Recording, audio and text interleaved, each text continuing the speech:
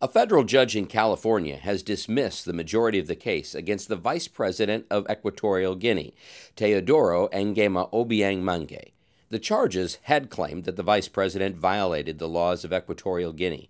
U.S. District Court Judge George H. Wu ruled that there was no probable cause or sufficient evidence to bring those charges.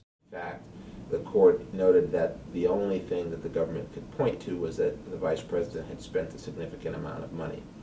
Most of the government's allegations were based on rumors from newspapers and magazines, and the government can rely on those to some degree, but in the first instance they must corroborate or determine that the sources of those newspaper articles are reliable, and the government did not do that. Judge Wu ruled that the evidence the prosecution presented was insufficient to meet the legal standards required by law.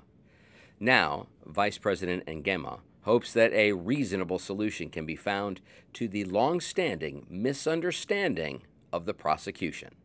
The Vice President is happy with the court's result, but remains willing to work with the U.S. government to try to reach a reasonable resolution of this case.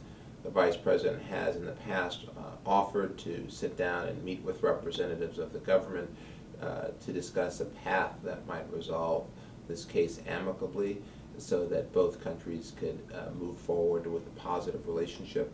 And we hope that the U.S. government will look at the status of the case as it currently sits and come to the conclusion that now would be a time to discuss a meaningful path to settlement.